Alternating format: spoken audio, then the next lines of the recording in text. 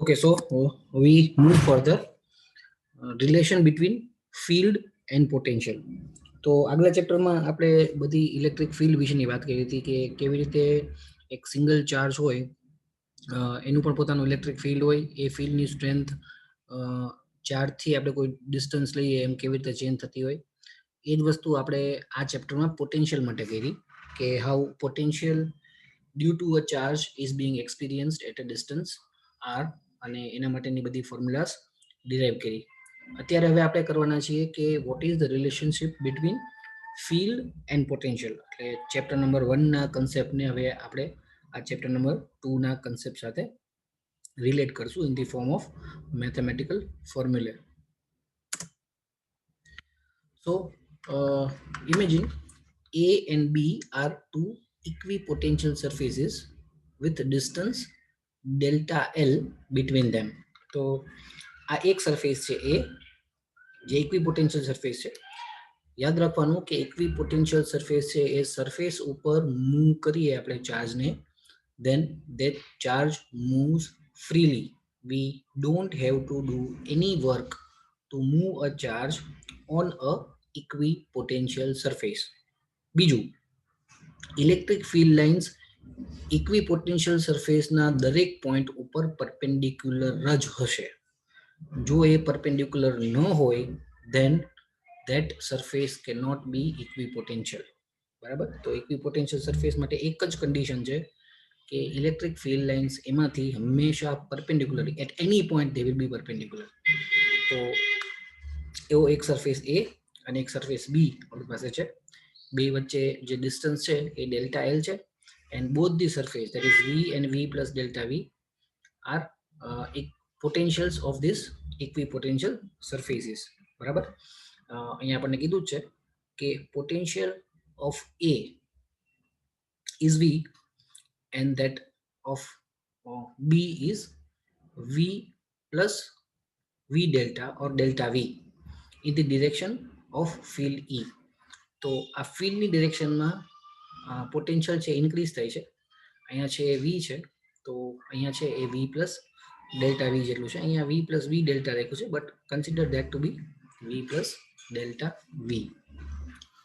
Now, if a unit positive charge is moved from B to A along the perpendicular against the electric field, then work will be done.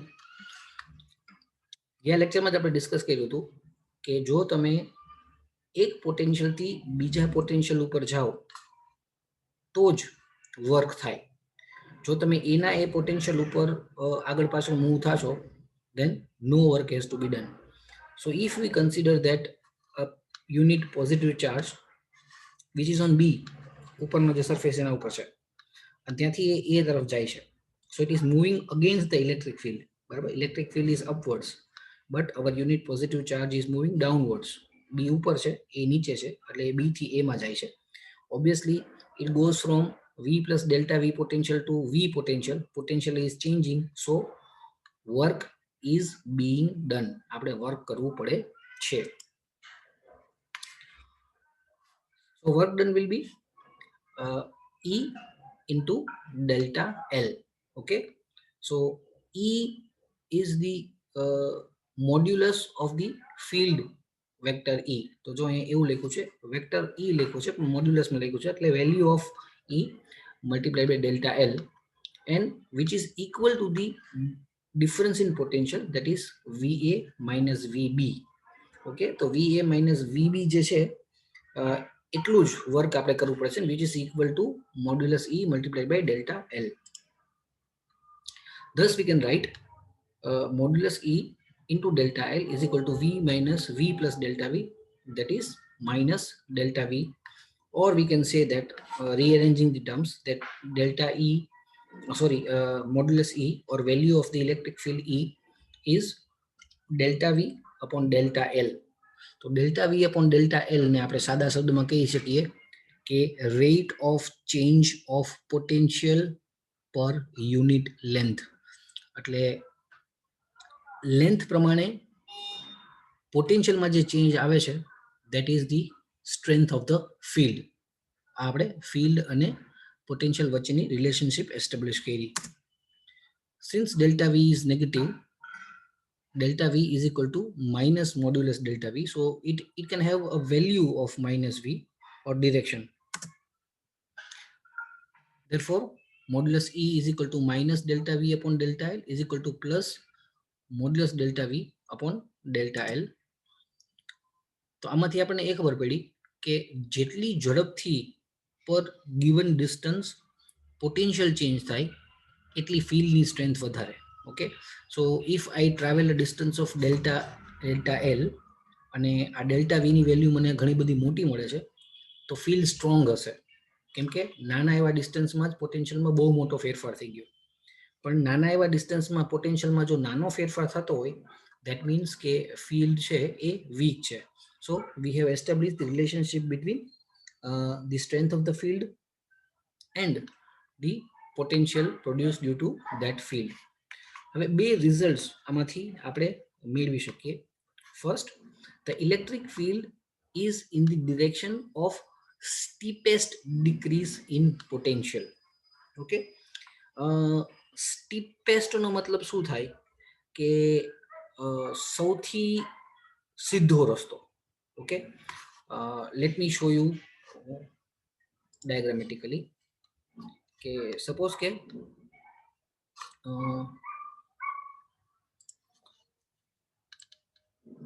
this is say V and this is V dash. તો આ એક potential છે, આ બીજું potential છે. Okay, હવે આ બે પોટેન્શિયલ છે તો it is very easy to know the field direction because field will be perpendicular like this. બરાબર, આવી રીતે જશે field perpendicular either in this direction or this direction. We do not go into direction right now, but what if the surfaces are like this?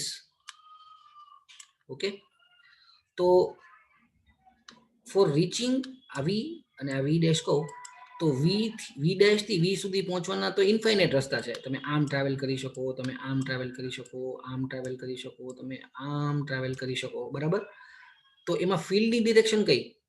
એમાં ફિલ્ડની direction કઈ છે? steepest decrease in potential. Okay, so if we have say V dash greater than V, okay, તો field steepest એકદમ ઝડપથી ક્યાં રસ્તા ઉપર ડિક્રીઝ થશે? તો it will be perpendicular way like this, કે આમાં ફિલ્ડ બહુ જ ઝડપથી V માંથી V dash માંથી V બની જાય છે if we are traveling this way. Okay, so this is the steepest direction. In other words, it will come out to be always perpendicular. બરાબર, કેમ કે કોઈ પણ બે લાઈન હું દોરું તો આ બે લાઈન વચ્ચેનું શોર્ટેસ્ટ ડિસ્ટન્સ કયું થયું? તો બે લાઈન વચ્ચેનું શોર્ટેસ્ટ ડિસ્ટન્સ છે એ હંમેશા એ બે લાઈનને કાપતો પરપેન્ડિક્યુલર થાય. Okay, so this will be the shortest distance, અને એ શોર્ટેસ્ટ ડિસ્ટન્સ છે એ આપણા સ્ટીપેસ્ટ ડિક્રીઝ ઓફ પોટેન્શિયલ કહેવાય, અને સ્ટીપેસ્ટ ડિક્રીઝ ઓફ પોટેન્શિયલ છે એ ફિલ્ડની ડિરેક્શન આપે. ઓકે, તો અહીંયા કેવું થશે? C, this is V plus delta V and this is V. So what is the steepest decrease direction? It is this way. Okay, and so that is the direction of our field, that is upwards. Okay, અને એ હંમેશા perpendicular હોવાનું એ તો condition છે જ કે field હંમેશા અને perpendicular. આ બીજી રીતે આપણે એ પ્રૂવ કર્યું કે ફિલ્ડ છે એ આવી રીતે હશે. Again, its magnitude is given by the change in magnitude of potential per unit displacement normal to the equipotential surface at that point. Okay, so let me remove these annotations.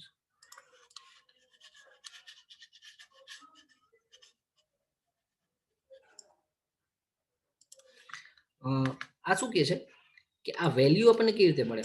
આ value આપણને મળે delta V upon delta L, એટલે change in potential પર unit length. Okay, તો suppose કે હું આ બે પોટેન્શિયલ દોરું, સપોઝ કે this is V and this is V dash. Change in potential is from V to change in potential is from V to V dash. હવે આવું જો છે તો what is the displacement between these two? બરાબર, તો displacement છે એ again there are infinite number of paths by which you can reach V dash from V હું આમ ટ્રાવેલ કરી શકું, હું આમ ટ્રાવેલ કરી શકું, હું અહીંયાથી શરૂ કરીને આમ પણ ટ્રાવેલ કરી શકું. તો આ બધામાં મને વીની વેલ્યુ, સપોઝ કે આ ડિસ્ટન્સ છે એ 10 સેન્ટીમીટર્સ છે. ઓકે ઓકે, અને તો શું થાય છે, વી થી વી ડેશ જેટલા પોટેન્શિયલ ચેન્જ માટે મારે 10 સેન્ટીમીટર ટ્રાવેલ કરવું પડે છે. But this is wrong. શું કામ? કારણ કે એક પાથ એવો છે, આવડો આ પાથ સપોઝ કે આ પાથ 8 સેન્ટીમીટરનો છે, તો 8 સેન્ટીમીટર પણ મને લાગે મારે વી થી વી ડેશ પહોંચવું હોય તો સાચો રસ્તો કયો છે? The shortest path or the perpendicular path. બરાબર? So this is the shortest path and this is the actual distance between the two equipotential surfaces. તો આ રસ્તા ઉપર હું જ્યારે ટ્રાવેલ કરતો હોઉં પરપેન્ડિક્યુલર પાથ ઉપર, ત્યારે હું જે ડિસ્પ્લેસમેન્ટ મેજર કરું, દેટ ઇઝ ડેલ્ટા એલ જે મેજર કરું, એ ડેલ્ટા એલ છે એને ડેલ્ટા વી સાથે કમ્બાઈન કરી and then I can come up with the value of the field. Okay, so decrease in potential per unit displacement, પણ એ displacement કેવું? Normal between the two surfaces, perpendicular between the two surfaces. બરાબર? Perpendicular સિવાયની કોઈ પણ direction લેવાની નહીં, because that will give you wrong answers. કારણ કે બે પેરેલલ લાઇનને જોઈન કરવા માટે એકબીજા સાથે ઇન્ફાઇનાઇટ પોસિબિલિટીઝ છે અને બધામાં લેન્થ અલગ અલગ આવવાની.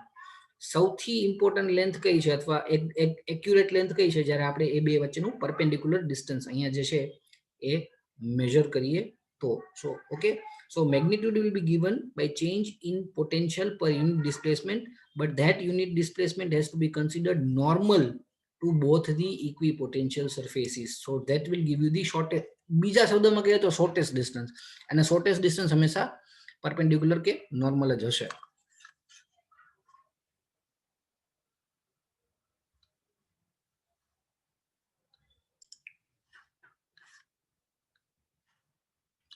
So let me rub this.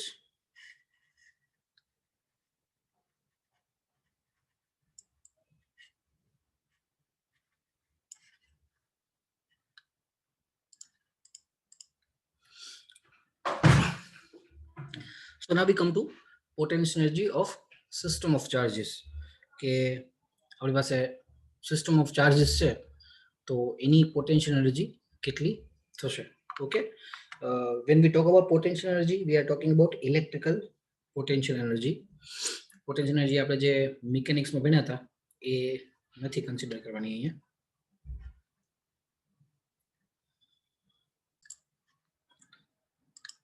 So let Q1 and Q2 be the two charges at infinity and are brought to the position shown here with position vectors r1 and r2 with respect to some origin O.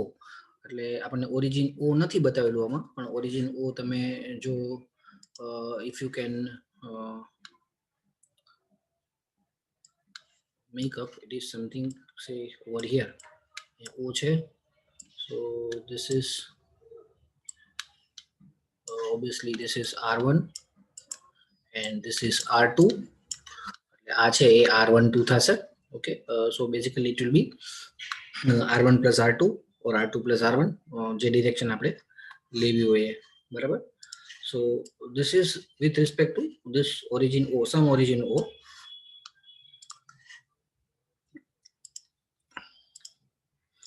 First the charge q1 is brought from infinity to r1 and as no external field is present no work is to be done. Again આપણે વારાફરતી વારા લાવશું. એટલે પહેલા હું Q1 ને જ્યારે infinity ત્યાં સુધી લાવીશ, જો અર્લિયર કેસમાં શું હતું કે એક ઇલેક્ટ્રિક ફિલ્ડ હતું જ કોઈક બીજા ચાર્જનું, અને એમાં આપણે ટેસ્ટ ચાર્જને દૂરથી લાવતા હતા.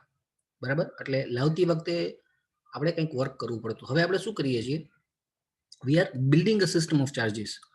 તો પેલો ચાર્જ હું જ્યારે લાવું છું ત્યારે obviously there is no field, એકલો ચાર્જ જ આપણે સ્પેસમાં ફેરવીએ છીએ અને જ્યાં આપણે એને જ્યાંથી જ્યાં લઈ આવીએ છીએ ત્યાં સુધી ત્યાં બીજું કોઈ ઇલેક્ટ્રિક ફિલ્ડ નથી. So therefore no work is being done because we are not doing work against any field or we are not bringing the charge near or farther from any field. એટલે Q1 ને આપણે જ્યારે લાવશું ત્યારે Q1 ની infinite થી આ position R1 ઉપર લાવવા માટે આપણે કોઈ જાતનું વર્ક કરવું પડતું નથી because there is no field present.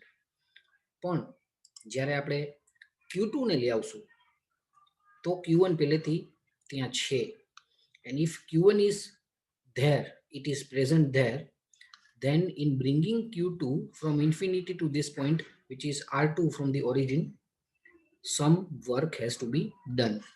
So this charge produces a potential in space given by V1 is equal to 1 upon 4 pi epsilon 0 Q1 upon R1t.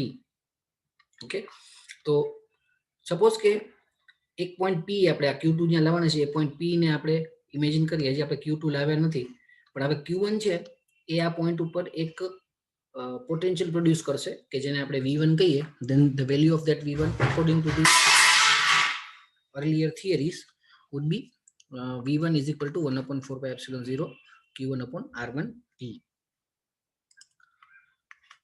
Now there will be some work done in bringing Q2 from infinity to R2. Thus will be equal, this will be equal to Q2 times the potential at R2 due to Q1. તો આ point R2 ઉપર Q1 ના કારણે જે potential produce થાય છે, which will be 1 upon 4 pi epsilon 0 Q1 upon R12, બરાબર, એના મલ્ટીપ્લાઈડ બાય Q2 એટલું વર્ક આપણે કરવું પડશે. આપણે આગલી થિયરીમાં જોયું work done is equal to potential multiplied by charge, બરાબર. તો પોટેન્શિયલ મલ્ટીપ્લાઈડ બાય ચાર્જ આપણે કરીએ, then it will be this much. Q2 potential કેટલું છે તો 1 upon 4 pi epsilon 0 Q1 upon R12 multiplied by the charge that we are bringing from infinite to here, બરાબર. That means it will be multiplied by Q2. Okay, where R12 we know R12 is the distance from Q1 to Q2, બરાબર. ફરીથી સાંભળજો, આગલી થિયરીમાં આપણે prove કર્યું હતું કે એક ચાર્જને અગેન્સ્ટ અ ગિવન પોટેન્શિયલ તમે જ્યારે નજીક લઈ આવો ત્યારે work done is equal to potential at that point multiplied by the value of the charge. Now potential at this point where we want to place Q2, Q2 આપણે ક્યાં place કરવો છે, આપણે અહીંયા પ્લેસ કરવો છે. Q1 થી distance શું છે, R12 છે. તો R12 લોકેશન ઉપર આ પોઈન્ટ ઉપર Q1 ના કારણે જે પોટેન્શિયલ હશે એ potential multiplied by the charge we are going to place here which is Q2, that gives us the work done in bringing Q2 from infinity to here, બરાબર. પણ આ પોઈન્ટ ઉપર પોટેન્શિયલ કેટલું હતું તો it was 1 upon 4 pi multiplied by this charge divided by this distance, so it was this much, this much. So this is potential R. Okay, multiplied by the charge Q2 Ru. Okay, where R12 is the distance between Q1 and Q2. We know that R12 is this distance. Okay, and electrostatic force is conservative. સૌથી પહેલી વાત આપણે આ ચેપ્ટરમાં એ કહી હતી કે electrostatic force is always conservative and whatever work is done against this force is stored in the form of potential energy. So if this is the work done, and then this is the potential energy stored in the system of two charges, and thus we can write that this just a minute, this work done, let me change the color. So this work done is actually the potential energy, that is 1 upon 4 pi Q1 Q2 1 R12. This is also the potential energy. The work done is also equal to the potential energy that is stored in the system of these two charges. એટલે આ બે ચાર્જીસની આપણે જે system build કરી, એ system build કરવા માટે આપણે જે વર્ક કર્યું એ વર્ક આ સિસ્ટમની પોટેન્શિયલ એનર્જી તરીકે એની અંદર સ્ટોર થશે. For example, if you lift a stone to a certain height, તો એ સ્ટોનને તમે ત્યાં લઈ જઈને મૂકી દેશો તો તમે પાછી ટુ બોડી સિસ્ટમ બનાવી. કઈ two body system? The first body is the earth and the other body is the stone that you kept up, બરાબર. સ્ટોનને આપણે જે ઉપર લઈ ગયા, તો આ બે બોડીની જે સિસ્ટમ બનાવી એ સિસ્ટમ પાસે હવે પોટેન્શિયલ એનર્જી સ્ટોર થયેલી છે. કેટલી સ્ટોર થયેલી છે તો જમીનથી લઈ અને ઉપર સુધી સ્ટોનને પહોંચાડવામાં જે મેં વર્ક કર્યું એ વર્ક એ સ્ટોનની પોટેન્શિયલ એનર્જી તરીકે સ્ટોર થયેલું છે. And any time you push the stone downwards, remove the force that is holding the stone, and that potential energy will be immediately converted into kinetic energy, બરાબર. તો એવી રીતે આ બે ચાર્જની સિસ્ટમ જે આપણે બિલ્ડ કરી એ ચાર્જની સિસ્ટમ બિલ્ડ કરવાના કારણે એની અંદર જે પોટેન્શિયલ એનર્જી સ્ટોર થઈ છે it is equal to the work done in manufacturing this system. બરાબર. હવે આ સિસ્ટમ છે એ 2 ચાર્જની છે એટલે એક ચાર્જ માટે આપણે કંઈ કામ ન કરવું પડ્યું, બીજા માટે કરવું પડ્યું, કારણ કે બીજાને આપણે જ્યારે લાવ્યા ત્યારે પહેલો પ્રેઝન્ટ હતો. પણ સપોઝ કે આ 3 ચાર્જની સિસ્ટમ હોય તો પહેલા માટે કંઈક ન કરવું પડે એઝ યુઝ્યુઅલ, બીજા માટે કરવું પડે કેમ કે પહેલો પ્રેઝન્ટ છે, એટલે ત્રીજા માટે કરવું પડે કેમ કે પહેલો ને બીજો બે પ્રેઝન્ટ છે. બરાબર. પછી જેટલા ચાર્જીસ લાવશું આપણે એ બધા છે એની અંદર એડ થશે અને એના દ્વારા જ એને ન્યા લાવવા માટે આપણે જે વર્ક કરવું પડે એ વર્ક પણ પોટેન્શિયલ એનર્જી તરીકે સ્ટોર થશે. Because of path independence of the work, it doesn't matter which charge is brought first or by which path, the potential energy will still remain same. શું કર્યું આપણે? Q1 પહેલા લાવ્યા પછી Q2 લાવ્યા. So in bringing Q1 we had no work to be done because there was no electric field when we bought, or there was no potential when we bought Q1 at this point. Suppose કે ઊંધું કર્યું હોત તો આપણે પહેલા Q2 લાવ્યા હોત. બરાબર. જો આપણે Q2 લાવ્યા હોત તો Q2 નો અહીંયા લાવવામાં આપણે કોઈ જાતનું વર્ક કરવું પડત નહીં, અને પછી જ્યારે આપણે Q1 ને લાવત તો આપણે વર્ક કેટલું કરવું પડત? આપણે વર્ક કરવું પડત potential due to Q2 multiplied by the charge that will now be Q1, Q2 ની બદલે. ઓકે. હવે પોટેન્શિયલ કેટલું હોત? કેમ કે પહેલા આપણે Q2 લાવ્યા હોત તો પોટેન્શિયલ હોત કેટલું હોત potential? It would be 1/4 pi epsilon 0 Q2 upon R12. Okay. that multiplied by Q1, એટલે Q1 અહીંયા આવી ગયું. આ જ પાછું આપણને વર્ક માટેની ફોર્મ્યુલા મળત અને એ જ આપણી પોટેન્શિયલ એનર્જી થાત.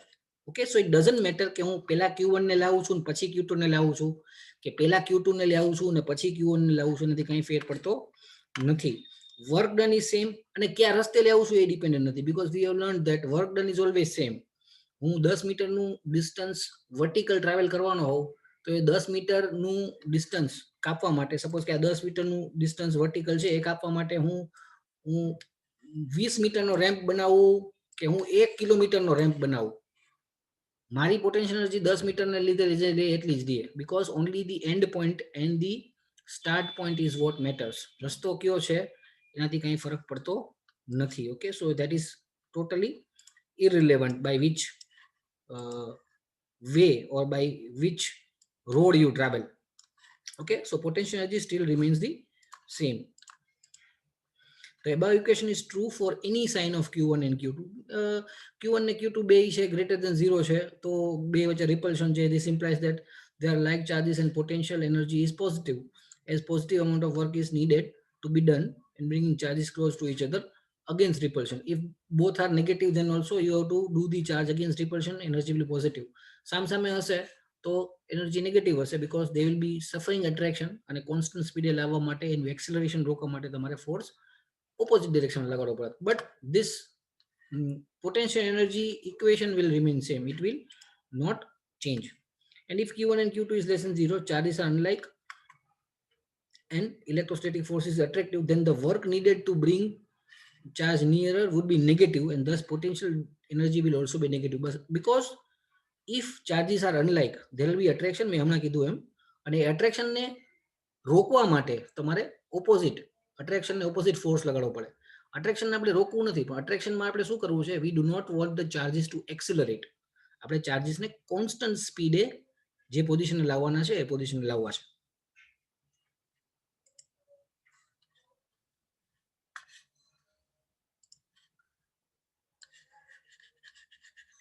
Erase this.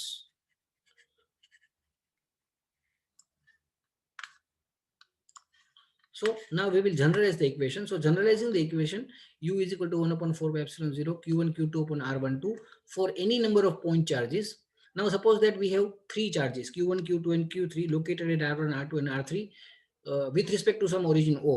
બરાબર. O થી Q1 છે એ R1 એ છે, Q2 છે એ R2 એ છે અને Q3 છે એ R3 એ છે respectively.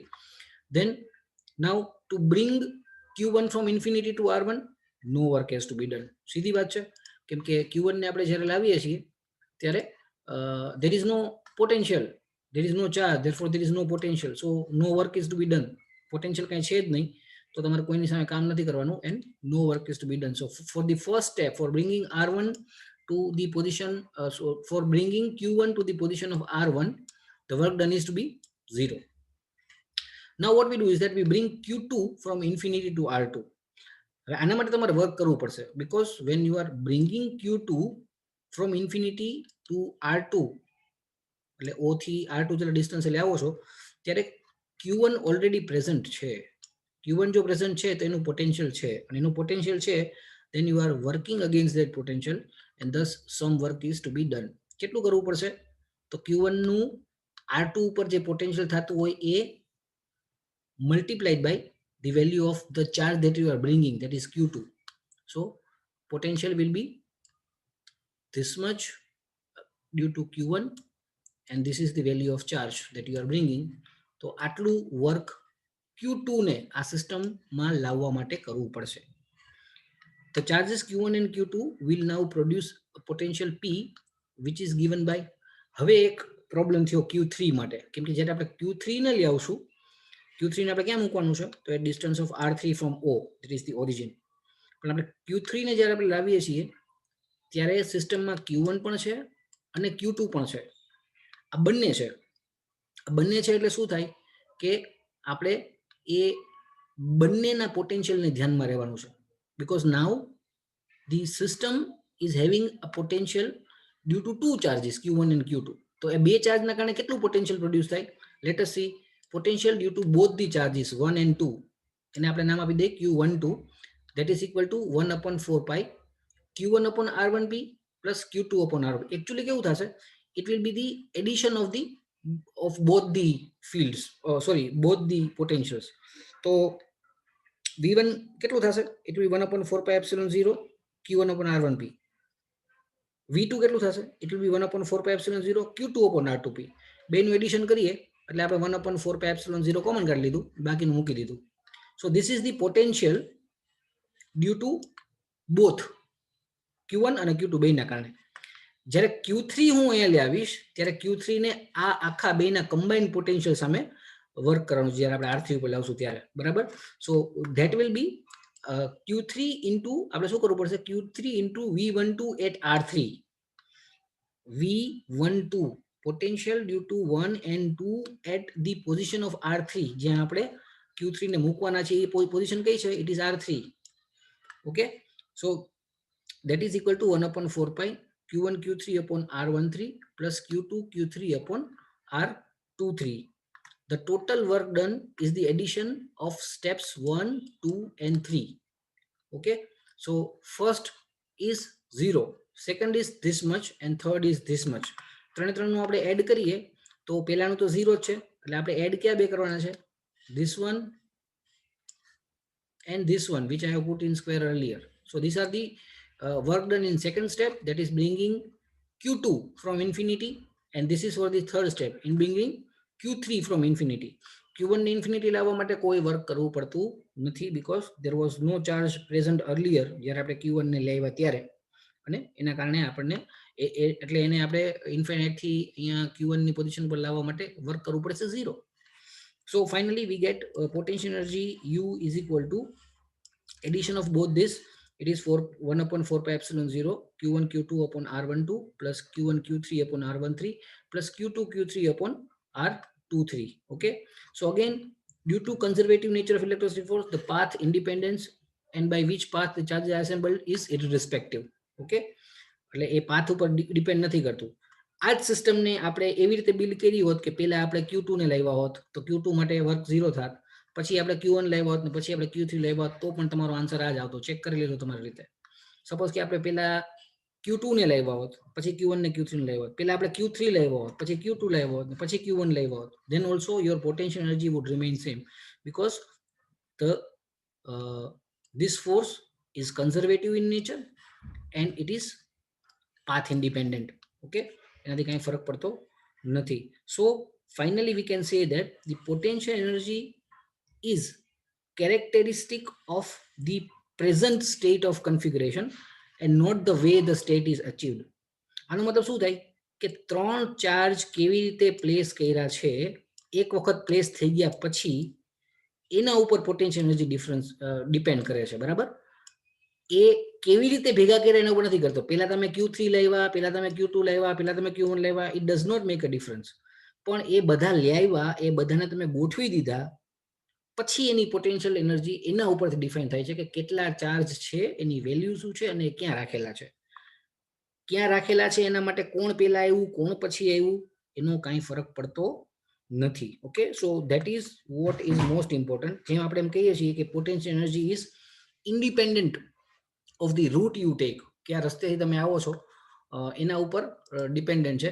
તો એવી રીતે આમાં એવું પણ કહી શકાય કે પોટેન્શિયલ એનર્જી જે છે એ કન્ફિગરેશન ઉપર ડિપેન્ડ કરે છે. ફાઇનલ સ્ટેટ શું છે, તમે જે ચાર્જીસ અસેમ્બલ કર્યા એ ચાર્જીસની ફાઇનલ સ્ટેટ શું છે, that is what is important when you decide what is the potential energy. બરાબર, આખી સિસ્ટમ મેં 3 ચાર્જની, 4 ચાર્જની, 10 ચાર્જની બનાવી નાખી, પછી એની પોટેન્શિયલ એનર્જી નક્કી થાય કે કેટલી હશે. એ 10 ચાર્જની સિસ્ટમ બનાવવા માટે હું કયા સિક્વન્સમાં ચાર્જીસને નજીક લાવ્યો છું, પહેલા 10મો લાવ્યો, પછી 6થો લાવ્યો, પછી 4થો લાવ્યો, પછી પહેલો લાવ્યો, કે એના કરતાં ઊંધું કર્યું, 1 2 3 4 5 6 7 10 એમ લાઈનમાં લાવ્યો, કે પછી ઊંધેથી લીધું 10 10 9 8 એવી રીતે લાવ્યો, એનાથી કાંઈ ફરક નથી પડતો. બરાબર, ફાઇનલ સ્ટેટ શું છે, ફાઇનલ પોઝિશન શું છે, that is what defines your potential energy. એ બધા સિસ્ટમની જોઈએ કે ઊંધેથી લઈ આવો કે સીધેથી લઈ આવો કે આડાઅવળા નંબરથી લઈ આવો, એ બધાની એનર્જી હંમેશા સેમ જ થાય છે. If you are using those 10 charges only, તમે જે 10 ચાર્જથી સિસ્ટમ બનાવવાના છો એ 10 ના 10 ચાર્જ એના એ રાખો છો, તો તમે એને કયા સિક્વન્સમાં એસેમ્બલ કરો છો એ ફેર પડતો નથી.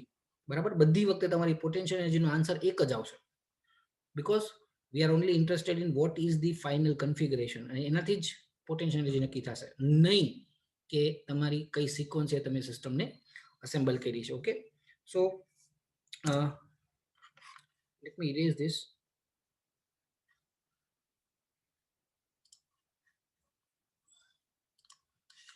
So that is what is meant by potential energy or electrical potential energy of charges, અને આપણે એને કેવી રીતે મેથમેટિકલ ફોર્મમાં મૂકી શકીએ, and how we can relate this electrical potential energy with let us say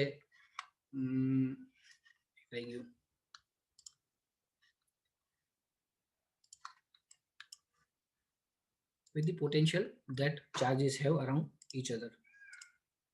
Okay, then we have, I think, 2 examples. And finally, potential energy in an external field.